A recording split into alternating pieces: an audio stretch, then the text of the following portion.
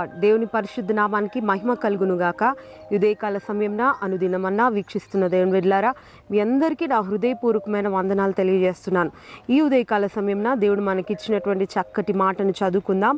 హోషియా గ్రంథం 13వ అధ్యాయం 5వ వాక్యం. మహా ఎండకు కాలిన అరణ్యంలో నిన్ను స్నేహించువాడను నేనే. దేవుని బిడ్డలారా, ఇక్కడ ఒక చక్కటి ధైర్యంతో కూడిన మాట, ఆదరణతో కూడిన మాట దేవుడు మనకు చెప్తున్నాడు. ఏమంటున్నాడంటే, మహా ఎండకు కాలిన అరణ్యంలో నిన్ను స్నేహించువాడను నేనే. ప్రియ దేవుని బిడ్డలారా, ఇదెంత చక్కటి మాట కదా. మరి అరణ్యము అంటే మనందరికీ బాగా తెలుసు. అరణ్యంలో నీళ్లుండవు, అరణ్యంలో నీడు ఉండదు. అరణ్యం అంటే అది ఎండతో నిండినటువంటి ప్రాంతం. ప్రియ దేవుని బిడ్డలారా, ఇటువంటి భయంకరమైనటువంటి స్థలములో అరణ్యం అంటే అక్కడ ఎవ్వరూ ఉండరు. అరణ్యం అంటే అది ఎడారి ప్రాంతం, అక్కడ ఎవ్వరు నివసించని ప్రాంతం. అటువంటి ప్రాంతంలో నిన్ను స్నేహించువాడను నేనే అని ఇజ్రాయేలు ప్రజలతో ప్రభు సెలవిస్తున్నాడు. ప్రియ దేవుని బిడ్డ, అరణ్యం అంటే శ్రమలు, శోధనలు, ఇరుకులు, ఇబ్బందులు, నిందలు, అవమానాలు, ఇటువంటి సందర్భాలన్నీ కూడా అరణ్యంతో పోల్చబడుతుంది. ప్రియ దేవుని బిడ్డ, అరణ్యం అంటే ఒంటరి ప్రయాణానికి సూచన. అరణ్యం అంటే ఎవ్వరూ నీతో లేని పరిస్థితులు అరణ్యంగా పరిగణింపబడుతున్నాయి. ప్రియ దేవుని బిడ్డలారా, బైబిల్ గ్రంథంలో మనం గమనించినట్లయితే యాకోబును మనం చూసినప్పుడు, యాకోబు తన అన్నను, తన తండ్రిని మోసం చేసిన తర్వాత మరి భయముతో వారు ఆయనను పట్టుకుంటారని, వారన్న ఆయనను పట్టుకొని ఎక్కడ నన్ను చంపేస్తాడో ఏమో అని ఆయన పరుగు తీస్తున్నాడు లాబాను ఇంటికి, తన యొక్క తల్లి సలహా మేరకు. ప్రియ దేవుని బిడ్డలారా, ఆ దినాలలో మరి యాకోబు మరి అరణ్యం గుండా ప్రయాణం చేసి వెళ్తూ ఉండగా ఒకానొక దినాన అలసిపోయి అరణ్యంలో ఆయన ఆగిపోవడం జరుగుతుంది. ప్రియ దేవుని బిడ్డలారా, అతడు తను చేసిన పాపం అతన్ని తరుముతూ ఉన్నప్పుడు అరణ్యంలో పడి వెళ్ళిపోతా ఉన్నాడు. మరి నిజంగా ఎక్కడైనా ఆగితే తన అన్నొచ్చి ఆయనను చంపేస్తాడేమో అని భయముతో పరిగెత్తి అరణ్యంలో స్థలంలో ఆగి ఆ రాత్రి అరణ్యంలో ఆయన నిద్రపోయినట్టుగా మనందరికీ బాగా తెలుసు. తలగడగా ఒక రాతిని వేసుకొని ఆయన పడుకున్నాడు. కానీ ఆ అరణ్యం మధ్యలో, ఆ క్రూర మృగాల మధ్యలో, ఆ భయంకరమైన పరిస్థితిలో అసలు యాకోబు గుడారవాసి. ఎప్పుడు కూడా అతడు తన తల్లిని విడిచి మరి తన ఇంటిని విడిచి వెళ్ళిన వాడు కాదు. ఇటువంటి సందర్భంలో యాకోబు ఒంటరిగా అరణ్యంలోనికి వెళ్ళినప్పుడు అతడెంతో భయభీతుడై, నిజంగా నాకు ఎవరైనా తోడుగా ఉంటే బాగుండును అని భయముతోనే ఆ రోజు రాత్రి తన తలగడగా ఒక రాతిని వేసుకొని పడుకున్నప్పుడు దేవుడు యాకోబును దర్శించినట్లుగా, యాకోబుతో మాట్లాడినట్లుగా మనం గమనిస్తాం. ఆ రాత్రి కలలో ఒక నిచ్చెన ఆకాశానికి భూమికి మధ్యలో ఒక నిచ్చెన వేయబడినట్లుగా మనం గమనిస్తాం. నిచ్చెన వేయబడిన తర్వాత ఒక శబ్దం ఆయనకి, నీవు ఇక్కడికి ఎక్కి రమ్మన్నట్లుగా ఒక శబ్దం వినబడింది. ప్రియ దేవుని బిడ్డ, ఇది మనం ఆత్మీయంగా గమనించినట్లయితే ఈ నిచ్చెన మన ప్రభువైన యేసుక్రీస్తు వారికి సాదృశ్యం.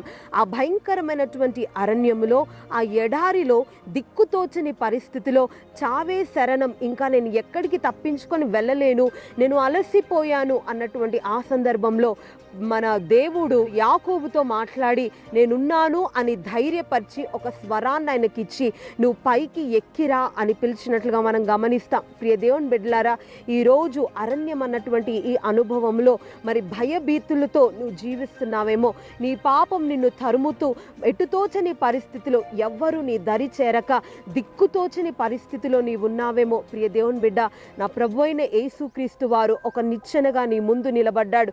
ఆయన ఏమంటున్నాడంటే, నిన్ను పైకి ఎక్కిరమ్మని అడుగుతున్నాడు. ప్రియ దేవుని బిడ్డ, నీ పాపంలో నుంచి, నీ అక్రమంలో నుంచి, నీ వ్యసనాలలో నుంచి, నీ భయంకరమైనటువంటి దేవునికి అయిష్టమైన పరిస్థితిలో నుంచి నిన్ను లేవనెత్తడానికి ఆయన ఒక నిచ్చెనగా ఆకాశంలో నుండి భూమికి దిగి వచ్చాడు. ప్రియ దేవుని బిడ్డ, ఈ నిచ్చెనంట ఆకాశం నుండి భూమికి అది ఒక లాంగ్ ల్యాడర్గా కనబడుతుంది.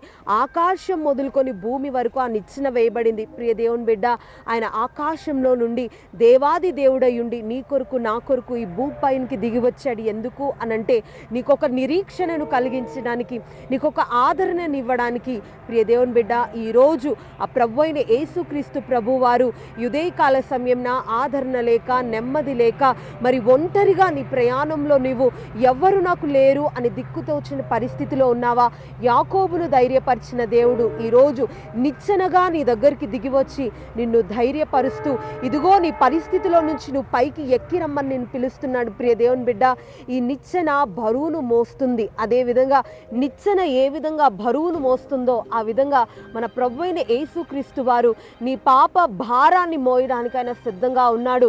నీ ప్రతి పరిస్థితిని మోయడానికి ఆయన సిద్ధంగా ఉన్నాడు. ప్రియ దేవుని బిడ్డ, నీవు ఎక్కి రాగలిగితే, ప్రభు అయిన యేసుక్రీస్తు వారిని నీ యొక్క మరి హృదయంలో చేర్చుకోగలిగితే, ఆయన నీ పరిస్థితిలో నుంచి నిన్ను విడిపించి ఏ విధంగా నిచ్చెన ఉన్నతంగా వేయబడిందో ఆ విధంగా ఉన్నతమైన అనుభవాల్లోనికి ఆయన నిన్ను నడిపించి, ఆయన నిన్ను ఈ మహా ఎండకాలిన అరణ్యంలో నీతో ఎవ్వరూ స్నేహం చేయడానికి లేని పరిస్థితిలో ఆయన నీతో స్నేహం చేయడానికి, ఆయన నీతో మాట్లాడడానికి ఆయన దిగి వచ్చాడు. ప్రియ దేవుని బిడ్డ, ఉదయకాల సమయంలో ఒక నిరీక్షణతో కూడినటువంటి మాటను దేవుడు మనకిస్తున్నాడు.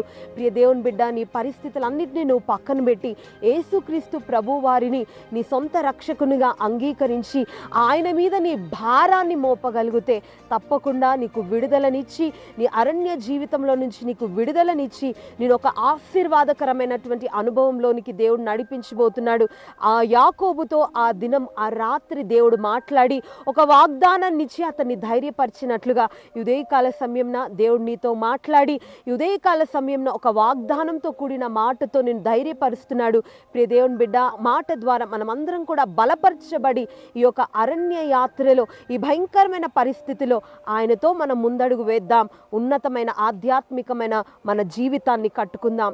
దేవుడు మిమ్మల్ని దీవించునుగాక. మనమందరం కూడా ప్రార్థనలో ఏకీభవిద్దాం. ప్రార్థన.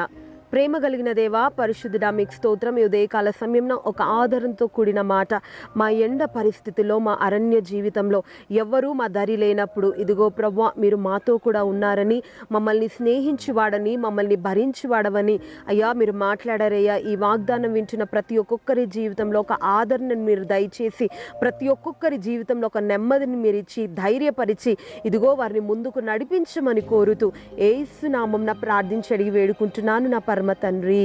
ఆమేన్.